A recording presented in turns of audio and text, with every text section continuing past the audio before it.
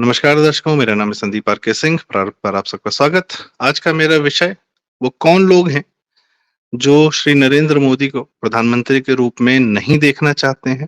बड़ी तकलीफ है उन्हें, बहुत कष्ट होता है उनको वहां देखकर।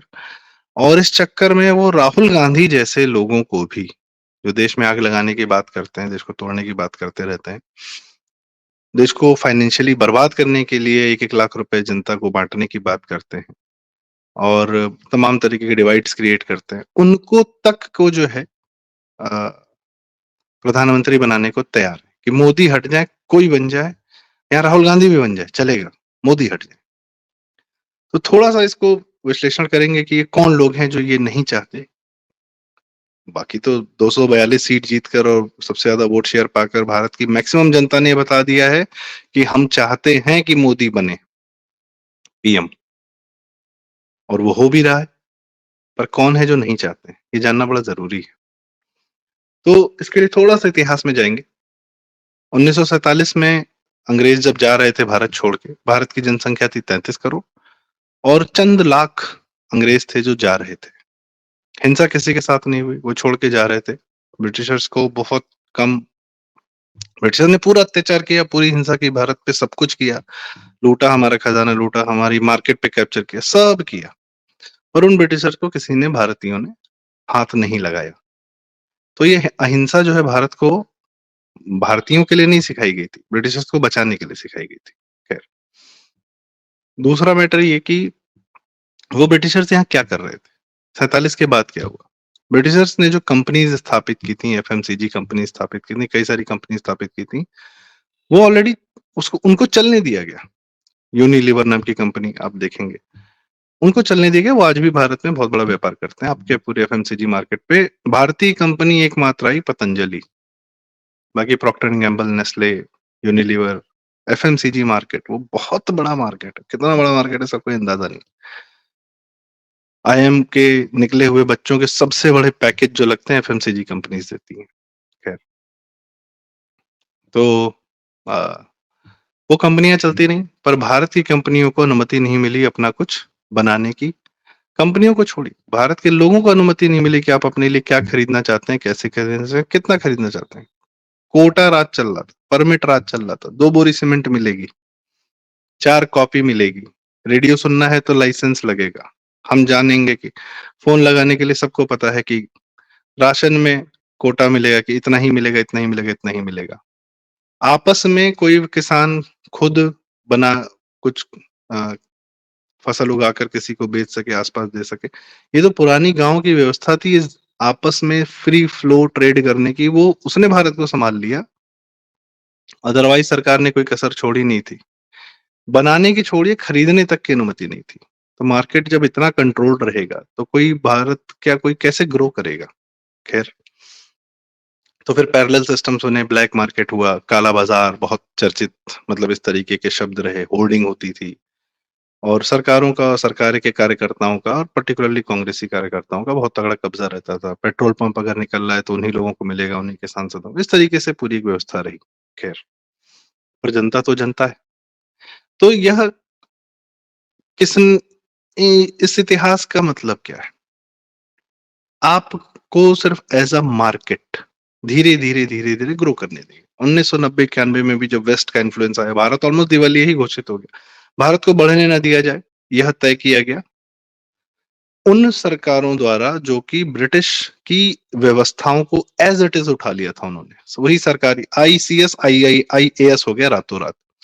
जो सरकारी अधिकारी ब्रिटिशर्स का साथ देकर, ब्रिटिशर्स के लिए, ब्रिटिशर्स के अंडर रहकर उनकी नौकरी कर रहे थे, वही फिर रातों रात भारत सरकार की नौकरी करने लगे। तो भाई बदला क्या? उनकी मानसिकता में तो वो वही देश से कलेक्ट करके कलेक्टर थे, कलेक्ट कर रहे थे और ऊपर पहुंचा रहे थे। तो फिर वही उनका, उनकी व्यवस्था वही थी।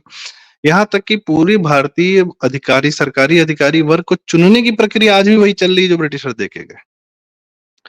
जुडिशरी तो हमें पता है कि वही कपड़ा पहन के बैठी है जो ब्रिटिशर्स पहना के गए थे।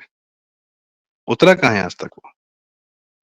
तो जो आप पे राज कर रहा था वो आपको बढ़ते देना नहीं चाहता।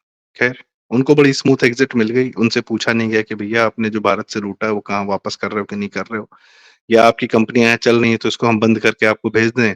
नहीं, हम अपनी मैन्युफैक्चरिंग खुद ब और जबकि भारत में 47 से पहले मैन्युफैक्चरिंग का हर प्रोडक्ट का बहुत अच्छा व्यापार चलता था। उत्तर प्रदेश के तमाम जिले इसका उदाहरण है, हर जिले की अपनी एक खासियत है। आज की डेट में वही वन डिस्ट्रिक्ट वन प्रोडक्ट के नाम पर आता है। वो उस समय की मैन्युफैक्चरिंग हो रही थी, उससे पहले की। खैर, 47 से पहले हमारे यहाँ के साइंटिस्ट जो है नोबेल प्राइज जीत रहे थे, 47 के बाद कोई नहीं जीता। कारण होगा ना कुछ इसका।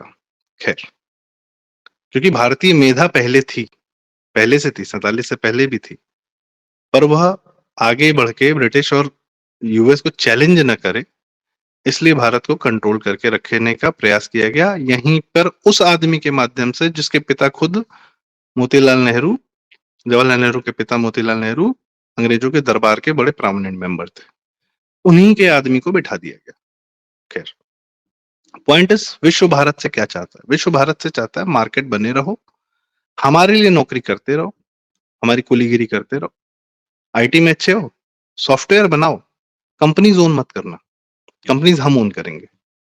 गूगल, नेटफ्लिक्स, अमेजॉन और आपकी Cisco, IBM, this that, Microsoft, वो आप चलाओ, तनख्वाह लेके चलाओ, सैलरी लेके चलाओ, सीईओ बना देंगे, नो प्रॉब्लम। ओनरशिप हमारी है, उस कंपनी का सारा प्रॉफिट, सब कुछ ओनरशिप हमारा है। अच्छा, फिर आपको जीवन जीने के लिए कुछ कंजम्पशन करना है, कोई बात नहीं, मैन्युफैक्चरिंग हम चाइना से करवा के आपको दे देंगे, आप अपनी मैन्युफैक्चरिंग मत करिए। आपकी एनर्जी जहां से आ रही है, मिडिल ईस्ट से आ रही है, कहीं से आ रही है, वो हम तय करेंगे कि आपको वो तेल कहां से लेना है, किन डॉलर में लेना है, रुपया में मत ले लेना। We would like to control that. आप एनर्जी डिपेंडेंट रहें, हम आपको प्रोवाइड कराएंगे, बट हमारी शर्तों पे। आप रशिया से नहीं ले सकते। जबकि पिछले साल यूक्रेन वॉर के बाद भारत ने ये पहला अभूतपूर्व कदम उठाया कि उसने अब आगे बढ़कर वेस्ट की न सुनते हुए रशिया से ऑयल खरीदना शुरू किया और देश को बचा लिया पेट्रोल डीजल की महंगाई से। खैर, एक तो ये विदेशी तंत्र बिल्कुल नहीं चाहता और ये दुनिया को ओन करता है, दुनिया की कंपनीज ओन करता है। ये अभी छोटा सा उदाहरण एक दूंगा। अमेजॉन प्राइम आता है, नेटफ्लिक्स आता है, भारत के कंज्यूमर्स को बहुत कायदे से बहुत अच्छा कंटेंट, हजारों करोड़ का पैसा खर्चा करके जो है आपको कंटेंट आपके घर में प्रोवाइड कर रहा है। क्यों कर रहा है? इससे किसका नुकसान हुआ? आपके अपने सिनेमा घरों का नुकसान हुआ। सिनेमा घर, अच्छा, आपके बॉलीवुड स्टार्स भी उसने खरीद लिए, कपिल शर्मा जैसा शो पूरा खरीद लिया। कितना पैसा दिया वो, कोई अंदाजा नहीं। Must be hundreds of crore of deal होगी कुछ। आमिर खान जैसा आदमी भी आता है, फ्री में थोड़ी आया होगा। खैर, तो उससे आपका सिनेमा तंत्र टूटता है। सिनेमास जो आपके अपने देश में, अपने घरों के पास में जो एक आपकी अपनी कंपनीज ओन करती थी, सिंगल सिनेमा जो भी था, ये आपका अपना था, इस पे आपकी अपनी रियल एस्टेट पर आपकी अपनी पकड़ थी।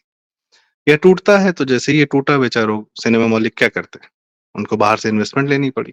आज की डेट में दे आर ओन्ड बाय बाहर की फर्म। तो बाहर की फर्में आपके सिनेमा तंत्र को तोड़कर सिनेमा पर कब्जा कर लेती हैं। यही काम थम्स अप के साथ हुआ था जब कोका कोला भारत में 1989 में री एंट्री 1919 में री एंट्री ली थी। तो उसने, Thums Up was your Indian brand, उसके डिस्ट्रीब्यूशन को तोड़कर, पैसा फेंक कर Coca Cola bought that brand, क्योंकि it could not kill that brand any which ways. तो बाहर का तंत्र जो है वो बिल्कुल नहीं चाहता कि भारत अपनी मैन्युफैक्चरिंग आत्मनिर्भर कुछ भी इस प्रकार से करे, अपना सॉफ्टवेयर ओनरशिप खुद ले, अपने ड्रोन्स खुद बनाए, या अपनी 5G टेक्नोलॉजी अपने पर अपने से डेवलप करे। यूएस नहीं चाहता, चाइना भी नहीं चाहता। तो ये वर्ल्ड पावर्स का कुछ गेम है, ठीक है भाई। लेकिन वोट तो देश की जनता दे रही है, तो देश में कौन नहीं चाहता है? देश में एक कौन नहीं चाहेगा जो सत्ता, इस प्रकार की सत्ता का जो बेनिफिशियरी है, कांग्रेसी सत्ता जो बाहर से चलती थी, उस सत्ता का जो बेनिफिशियरी है, वो बिल्कुल नहीं चाहेगा। तो वो कहाँ बैठा है? वो दिल्ली में बैठा है, दिल्ली मुंबई में, पर्टिकुलरली दिल्ली। तो दिल्ली का एक मीडिया वर्ग है, वो इसका बहुत बड़ा बेनिफिशियरी है। और वो आप भले कहें गोदी मीडिया है, ये वो नहीं। 2004 जैसा ही भ्रम फैला दिया गया कि आप जीत रहे हैं, आप जीत रहे हैं, आप जीत रहे हैं, और जबकि जमीन पे कुछ और चल रहा था। भ्रम फैलाने, आपको भ्रम में रखने वाला भी आपका शत्रु ही है। हाँ, वो आपको बहुत, उसको चाटुकारिता के लिए, कुछ भी के लिए आपको भ्रम में रखने का कार्य उसने किया है, वो आपका शत्रु है। वो नहीं चाहता। उसका बाय डिफॉल्ट मैकेनिज्म है मीडिया तंत्र का कि उसको भ्रष्टाचारी सरकार ही, वीक कैरेक्टर का आदमी ही एज अ पीएम या एज अ सीएम चाहिए होता है। उसका अपना नेचर है। कारण बताता हूँ। मीडिया के खर्चे बहुत हैं। न्यूज मीडिया के बहुत खर्चे हैं। एंकर, सेलिब्रिटी एंकर, करोड़ों की पैकेज है। जमीन पे आपको आदमी चाहिए, न्यूज एजेंसीज का पैसा चाहिए, आपके डेली रेगुलर खर्चे हैं। स्टूडियो बहुत बड़ा होना चाहिए, सेटअप, सब कुछ, एवरीथिंग। पर आप ये खर्चे सिर्फ टीवी पे आने वाले एडवर्टाइजमेंट से नहीं मीट कर सकते। आपके अपने अन्य सोर्सेज ऑफ इनकम होने ही होने चाहिए। तो टीवी मीडिया जो है पैसे के बिजनेस में नहीं है, वो इंफॉर्मेशन के बिजनेस में है। इंफॉर्मेशन तब मिलती है जब सत्ता से एक्सेस मिलता है। जब आप यह तय कर सकते हैं, जो राडिया टेप्स घूमते हैं यूट्यूब पे जिसमें बरखा की आवाज आती है, कि जब वह तय किया जाता है कि किसको कौन सी मिनिस्ट्री मिलेगी। और एक मिनिस्ट्री का मतलब है कि आपके वारे नारे भाई, जीवन भर का काम हो जाता है। उस प्रकार का एक्सेस अरुण पुरी अपने 2-4 बार, जब भी मोदी जी उनके इंडिया टुडे कन्क्लेव में गए, उन्होंने कहा, अरे भैया हमको एक्सेस दे दो, हमको अंदर घुसने दो। ये उस आदमी की शब्दावली एग्जैक्ट तो नहीं थी, पर भाव यही थे कि आपने हमारी दुकान बंद कर दी। भाई दुकान तो चल ही रही है, आज तक तो चल ही रहा है, इंडिया टुडे तो चल ही रहा है, किसने खरीद लिया? आप ही तो ओन करते हो। तो दुकान कैसे बंद हो? एक्सेस नहीं है। राजदीप सरदेसाई की सबसे बड़ी तकलीफ क्या है? पार्लियामेंट में एंट्री नहीं कर सकता। जब तक एंट्री नहीं करेगा, ना चुगली कर पाएगा, ना लाइजनिंग कर पाएगा, ना इधर की बात उधर कर पाएगा। एवरीबडी नीड्स समवन, संदेशिया कहते हैं बिहार में उसको। खैर, तो यह दिल्ली न्यूज मीडिया तंत्र जो है, इसकी बहुत तकलीफ है कि इस प्रकार की सत्ता हमें नहीं चाहिए जो हमें एक्सेस ना दे। एक्सेस का हम क्या करेंगे? हम पे छोड़ दो। हम लीक करेंगे इन्फॉर्मेशन, हम सबको बताएंगे। इन्फॉर्मेशन का सही समय पे सही तरीके से पास हो जाना ही या निकल जाना ही अपने आप में एक बहुत बड़ा फाइनेंशियल सिस्टम बनाता है। सौरभ द्विवेदी ललन टॉप के हैं, खैर वो खुद अरुण पुरी के नौकर हैं। एक बार ललन टॉप पे ही कह रहे थे कि सन 70 में किसी ने कहा था, किसी एडिटर ने, कि खबर छापने के 50 रुपए मिलते हैं और छिपाने के 500। तो ये तंत्र है। जब ऊपर का वीक कैरेक्टर आदमी जो है, वो कुछ गलती नहीं करेगा, गलत नहीं करेगा, भ्रष्टाचार नहीं करेगा, व्यभिचार नहीं करेगा, उसके मंत्री व्यभिचार नहीं करेंगे, तो किसको ब्लैकमेल करोगे? पैसे किससे निकालोगे? एक मंत्री जी अगर कहीं किसी स्कैंडल में इन्वॉल्व हो जाते हैं, इसका स्टिंग आप कर सको। देखिए स्टिंग होने बंद हो गए। खैर, कोई वैसा मिल ही नहीं रहा है मटेरियल, उस प्रकार के, उस व्यवहार के लोग ही नहीं है ऊपर। तो यह तंत्र बिल्कुल नहीं चाहता। यह किसको चाहता है? ये केजरीवाल को चाहता है। पंजाब में आप कुछ भी कर लें, पंजाब को नरक बना दीजिए, एक शब्द नहीं बोलेगा। दिल्ली की जनता इस समय गर्मी में त्राही त्राही कर रही है, पर एक मजाल है कोई एक शब्द केजरीवाल को बोल दे। भाई जेल में बैठा है, सीएम है, कोई इस्तीफा नहीं मांग रहा, सबने इस्तीफा मांगा, दिल्ली मीडिया ने एक बार भी इस्तीफा नहीं मांगा इस केजरीवाल का, जो बात बात पे योगी जी का या किसी भाजपा के सीएम का इस्तीफा मांग लेती है।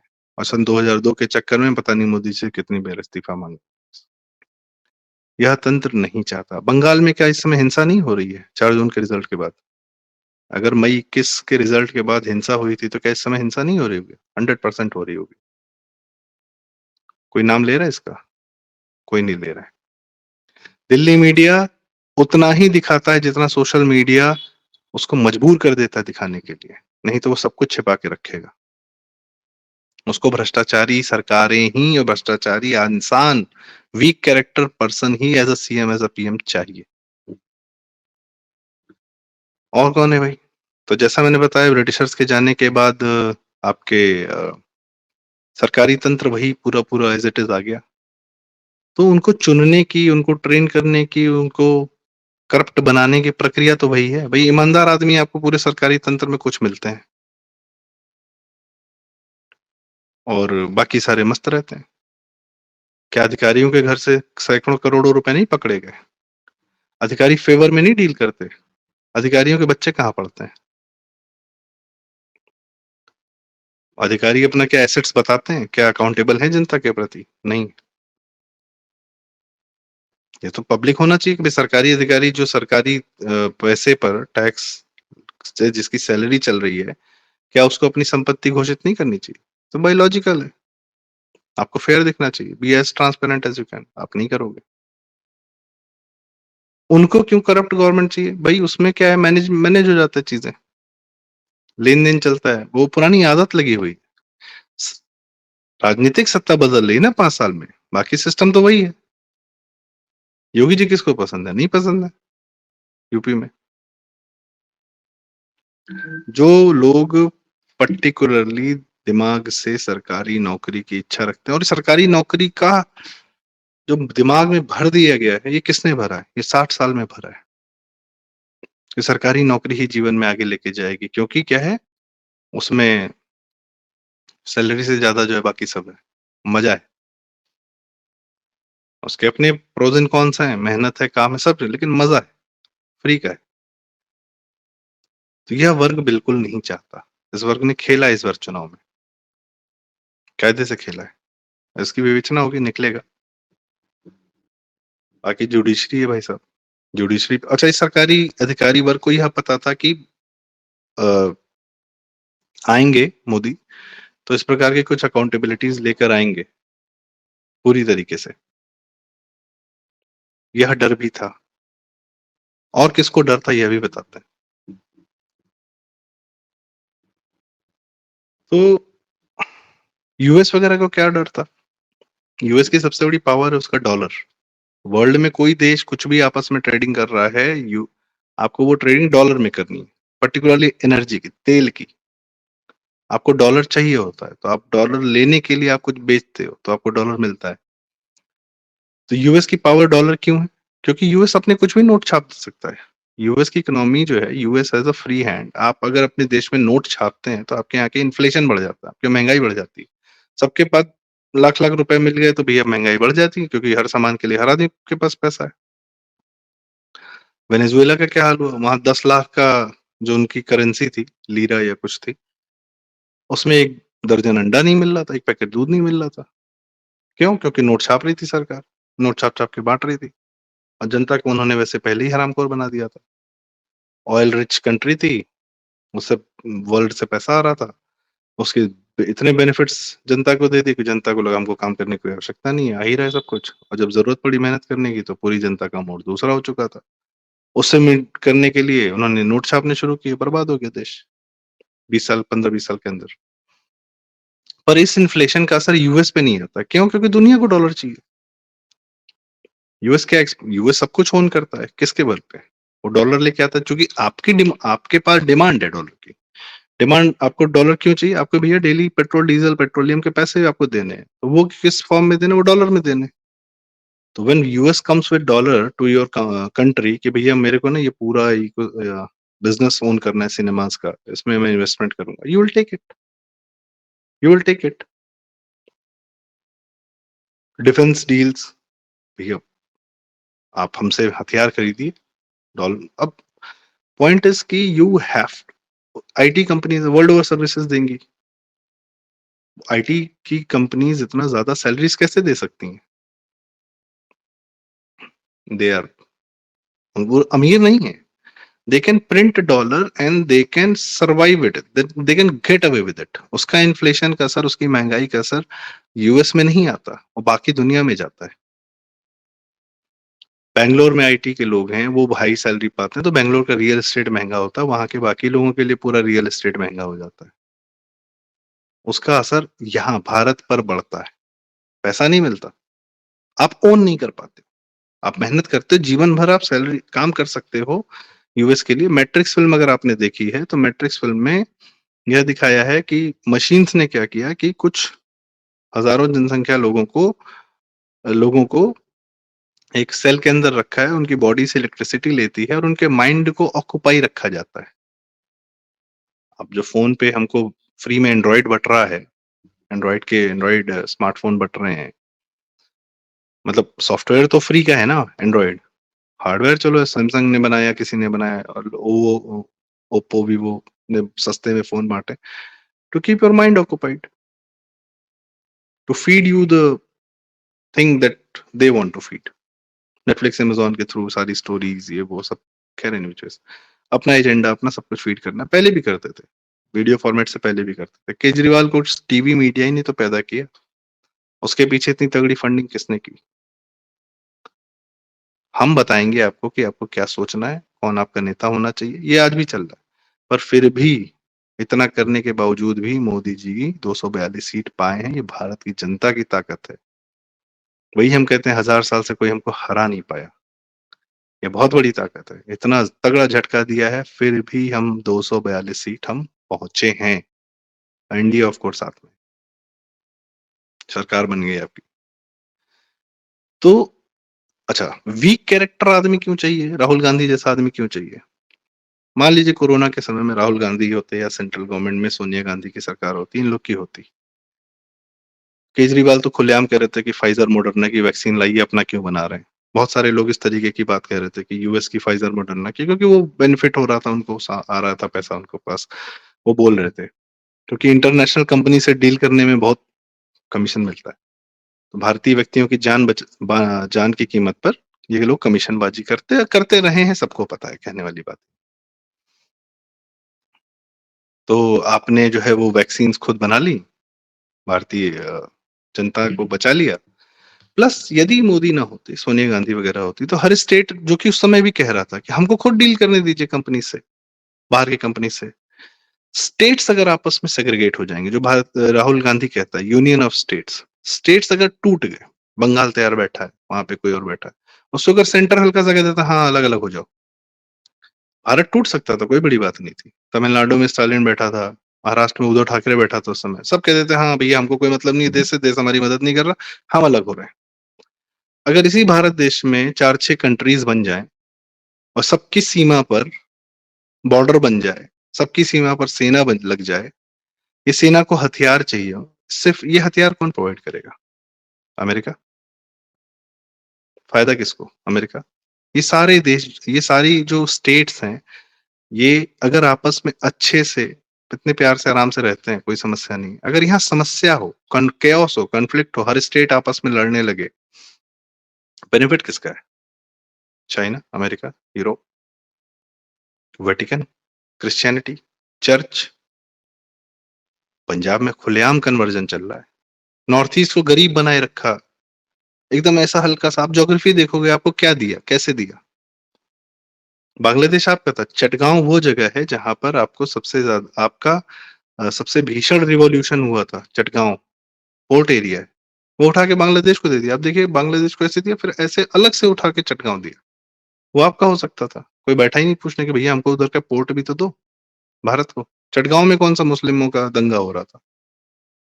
आपको कोई commercial route South East Asia के लिए ना मिले, इसलिए पूरा बांग्लादेश काट के दिया गया। कोई ऐसे करता है क्या कि लेफ्ट, एक दो देश बन रहे हैं, एक देश को एक दाएं एक बाएं, ये कौन सा लॉजिक था?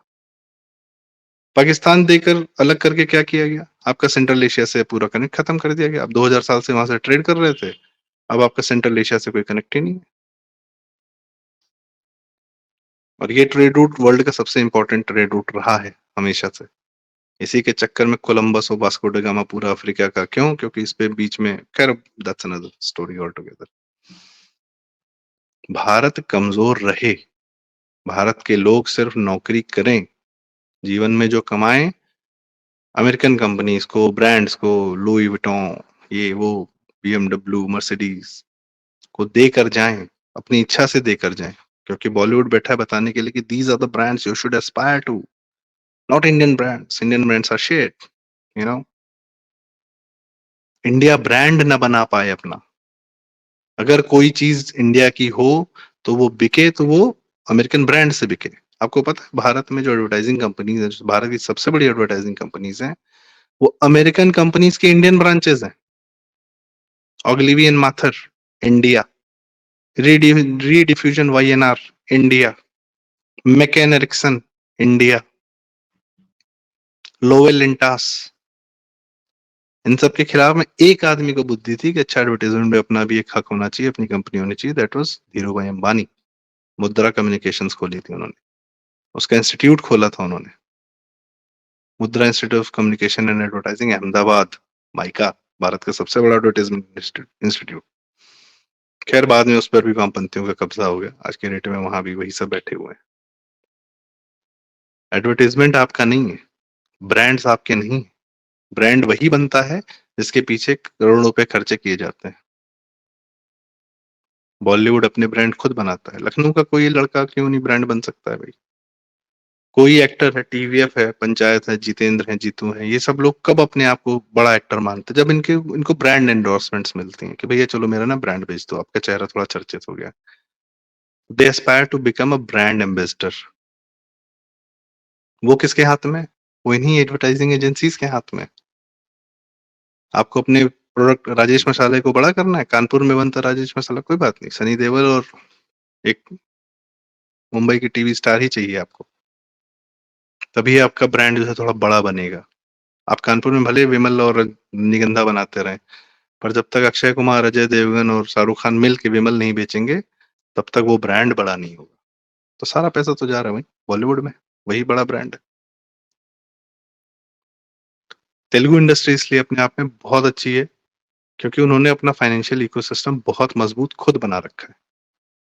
हैदराबाद अपने आप को संभाल लेता है। They don't require any foreign funding. Cinema chains वो ओन करते हैं, फिल्में वो बनाते हैं, स्टार्स अपने वो बनाते हैं, अपनी लैंग्वेज में बनाते हैं, वर्ल्ड वो बेचते हैं, और भारत की सबसे महंगी, सबसे टेक्नोलॉजिकली एडवांस फिल्में तेलुगु इंडस्ट्री बनाती है। For example Baahubali 1, 2, RRR। खैर, इस तरीके की आत्मनिर्भरता भारत को चाहिए, भारत में हर भारतीय में होनी चाहिए। डरता क्यों है? क्यों वेस्ट को भारत के, और एक बहुत बड़ा तंत्र है भारत में, वो डरता है भारतीयों की इस ताकत से। वो एक वोट बैंक है, मुस्लिम वोट बैंक। उसका तो एक अलग फंडा चल रहा है, भैया हम यहाँ पे राज कर रहे थे, हमको यहाँ पे राज करना है। वो लगी दुनिया, मतलब वो जन्नत में जी रहा है, और जन्नत जाने का रास्ता भारत से होके जाता है उनका, कि यहाँ तबाही मचा देंगे तभी वहां पहुंच पाएंगे। मुस्लिम वोट बैंक बैक्ड नेता सारे, मोस्ट ऑफ देम करप्ट होते हैं, सुपर करप्ट होते हैं। उनके राज्य में अराजकता होती है, लालू का जंगल राज होता है, अखिलेश के राज्य में 19 आतंकवादी जिन्होंने अयोध्या में बम फोड़ा था 2005 में, उनके केस वापस लिए जाते हैं। हाईकोर्ट कहता है क्या इनको पद्मश्री दोगे क्या? आपको ही नहीं होते केस वापस लेने वाले, बाद में सबको फांसी की सजा होती है। बाकी हमें पता ही है कि मुस्लिम बैक्ड सरकारें किस प्रकार से करप्ट होती हैं, अराजक होती हैं, उनके प्रदेश में कुछ भी होता है और उन पर चुप्पी साधता है दिल्ली का मीडिया। कांग्रेस सरकारों में कुछ भी हो जाए, बड़ी से बड़ी घटना हो जाए, चुप, कोई मतलब नहीं। भाजपा सरकार में एक छोटी सी घटना हो जाए तो भैया सीएम साहब का इस्तीफा मांग लिया जाता है बात बात पे। पूरा दिल्ली मीडिया पहुंच जाता है, 4 दिन कैंपिंग करता है। इतने लव जिहाद के केस हो रहे हैं, लाशें मिल रही हैं, दिल्ली मीडिया कुछ बोलता है? कुछ नहीं बोलता है। जब सोशल मीडिया उसको मजबूर कर देता है तब वो बोलता है, और छोटा सा बोल के छोड़ देता है, हाँ ठीक है यार, चैप्टर क्लोज। काम बहुत है, बात मोदी जी की नहीं, इस भारतीय जनता की मेहनत, हमारी इच्छा, हमारी आकांक्षा, सब पर अभी भी राज करने वाली मानसिकता गई नहीं है, और उसको हेल्प करने के लिए भारत में एक बड़ा sellers of Bharat, SOBs, Bharat बेचने वाले बैठे हुए हैं। और ये सब में, हिंदू में, मुसलमान में, सिखों में, क्रिश्चियन में, सब में है ये भर भर के बैठे हुए हैं। इनको बाहरी विदेश इन शक्तियों से कोलैबोरेट करके भारत बेचने में कोई दिक्कत नहीं। पर भारत की जनता अद्भुत है, अपने आप को इस बार बस बचा ले गई है। झाड़ पोछ के खड़ा होना है फिर से, और इन शक्तियों को तोड़ना है। अगले 3 साल में, 3 साल के बोला, 5 साल नहीं, 3 साल, we have to win back UP, most important. तो इन शब्दों के साथ आज आपसे विदा लेता हूँ। सिंगल वीडियो है, काफी लंबा हो गया, पर मुझे बात जरूरी लगी इसलिए आपसे शेयर कर ली। Thank you so much for listening to me, और कृपया चैनल सब्सक्राइब करें। अपनी मैं बातें इस तरीके से, और भी बहुत सारी बातें करने के लिए, इंफॉर्मेशन है। आज मैं PPT फॉर्मेट में नहीं बना पाया, जल्दी ही बनाऊंगा। PPT बहुत सारी है मेरे पास, उस रूप में भी फैक्ट डेटा भी इकट्ठा करता हूँ, तो करके आपके पास लेके आता हूँ कि एग्जैक्टली ये कौन लोग हैं। आज जो मैंने बातें वर्बली कही हैं, इनको थोड़ा डेटा इकट्ठा करके इमेज फॉर्मेट में आपके साथ शेयर करूंगा। तो कृपया वीडियो लाइक करें, शेयर करें, चैनल जरूर सब्सक्राइब करें। थैंक यू सो मच, नमस्कार।